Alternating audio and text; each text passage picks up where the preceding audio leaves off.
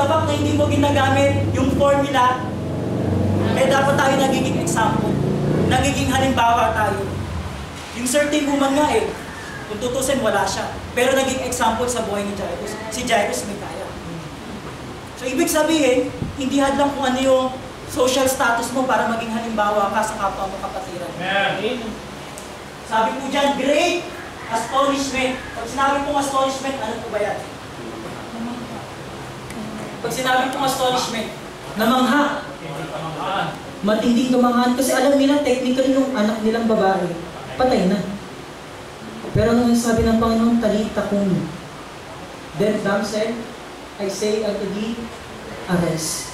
Tumayo. Hindi lang tumayo, naglakad pa. Ganun ang Panginoon. Kung minsan, kung ano lang yung ina-expect mo, dadagdagan pa niya. Hindi lang tumayo, naglakad pa. Talagang pinakita ang buhay. Hindi lang tinatayo ng Panginoon. Talagang kusang naglalakad. May pinatunayan ng Panginoon. Church, sa buhay po nating Kristiyano, maraming magiging pagsubok. Maraming darating na sinasabi, wala na. Tama na yan, huwag ka nang maniwala. Pero God is making way para ma-pursue mo kung ano yung paniniwala mo. All you have to do is to believe. Wala nang iba, kapatid. Maniwala ka lang. Maniwala ka at i-claim mo at gawin mo kung ano yung pinaniniwalaan mo. And in the right time, kung ano yung pinapanalangin mo, mangyayari yan. By God's grace. Believe. May mawawala ba, church, pag tayo naniwala? Yung mga tumataya nga sa loto Kaya sila tumataya doon kasi naniniwala sila na pwede silang manalo. Pero ano yun? Meron doon lugi ka pa doon Kasi pwede ka rin matalo. Pero sa Panginoon, pag ikaw naniwala, never kang matatalo. Hindi unfair ang Panginoon, kapatid.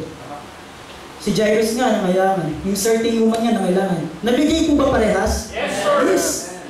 Kung tutusin, sa dalawa yung nangangailangan sa isang kwento. Pero anong ginawa ng Panginoon? Pinatunayan niya na kahit ilan pa kayo, kapag kayo'y naniwala na nanampalataya sa akin, it will be granted.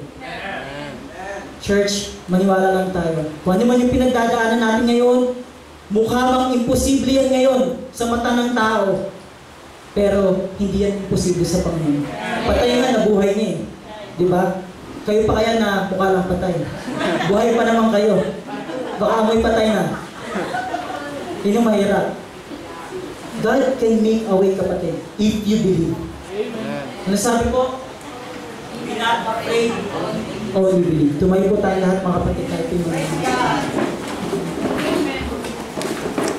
Yes, Lord God, Heavenly Father, we glorify your name this morning. Panginoon, hindi po namin alam kung ano ang pagsubok na meron ng bawat isa sa amin. But Lord, tinuro nyo ngayon yung sagot. Tinuro nyo ngayon, Panginoon, kung ano yung formula. Kailangan lang po namin maniwala, sumampalataya, magtiwala at umasa, Panginoon, sa inyong mga salita, sa inyong mga pangako sa aming buhay. Na hindi nyo kami iiwan, hindi nyo kami pababayaan. All we have to do is to trust you and to obey you, Lord God. Diyos Ama, kumilos po kayo sa buhay ng bawat isa. Sa kapatiran po namin, Panginoon, na nangangailangan ngayon pinansyal, kumilos po kayo sa buhay nila. I-recognize niyo, Panginoon, yung kanilang paniniwala sa inyo, Lord. Amen. Sa mga kapatiran namin, Panginoon, na nasa banig ng karamdaman, Panginoon, kumilos po kayo sa kanila. I-recognize niyo po ang kanilang faith, Lord God, na sila'y gagaling dahil sila'y naniniwala sa inyo. Sa mga bisita po namin na naririto ngayon, kapatid, kailangan mong maniwala sa Panginoon. Kailangan mong sumampalataya na siya lang yung may magagawa para tubusin ka sa apoy ng impyerno. Tubusin at humingi ka ng tawad sa Panginoon sa mga nagawa mong kasalanan. Kapatid, kailangan tanggapin ng Panginoon bilang sarili mong tagapagligtas ng buhay. Kung ito ang iyong panalangin, sundan mo ang aking panalangin ito. Panginoon, patawad po sa mga kasalanan ko. Tinatanggap ko po kayo, Panginoon, bilang sariling tagapagligtas ng aking buhay. Pumasok po kayo, Panginoon, sa aking puso. Sinasampalatayanan ko po kayo, Panginoon, na kayo ay nagkatawang tao na pako sa krus, namatay at inilibing at nabuhay namang ulit para sa aking mga kasalanan. Kayo ang siyang tumulong sa akin, Panginoon, at makilala ko po kayo, Panginoon, ng lubusan. Sa mga miyembro ng church na to, ng Berean Bible Baptist Church, you kneel down and pray. Show your humility to the Lord. Kapatid, ano bang pagsubok yan hanggang ngayon? Hindi pa natutugon ng Panginoon. Maaaring kulang pa yung faith mo. Kailangan mo pang i-work out yung faith mo, kapatid.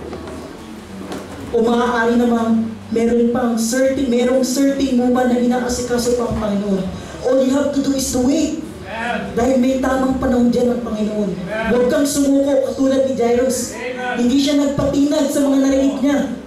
Naniwala siya.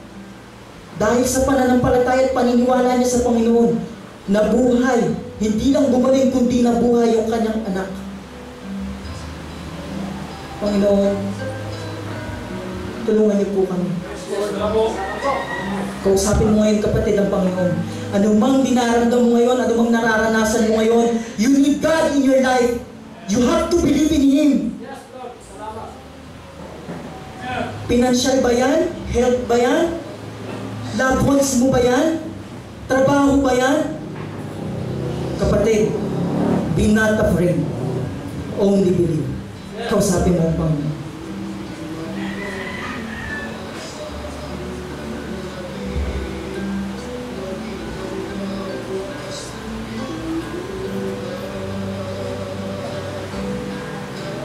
Panginoon Diyos, amang kapagyarihan sa lahat. Salamat po sa mensahe ngayon. Tulungan niyo po kami, Panginoon, na ma-work out pa, O Lord God, yung paniniwala namin sa inyo. Itong kwento na aming napakinggan ay magiging basihan namin, Panginoon, na walang imposible kung kami maniniwala sa inyo. Lord God, Heavenly Father, may kanya-kanya kaming suliranin, may kanya-kanya kaming pagsubok, pero hindi kami magpapatinag, Panginoon, sa anumang distraction, Lord. Mananampalataya kami at maniniwala kami, Panginoon, na kayo ay makapangyarihan at dakila at may magagawa higit sa kaninuman sa buhay ng bawat isa. Tulungan niyo po kami, Panginoon.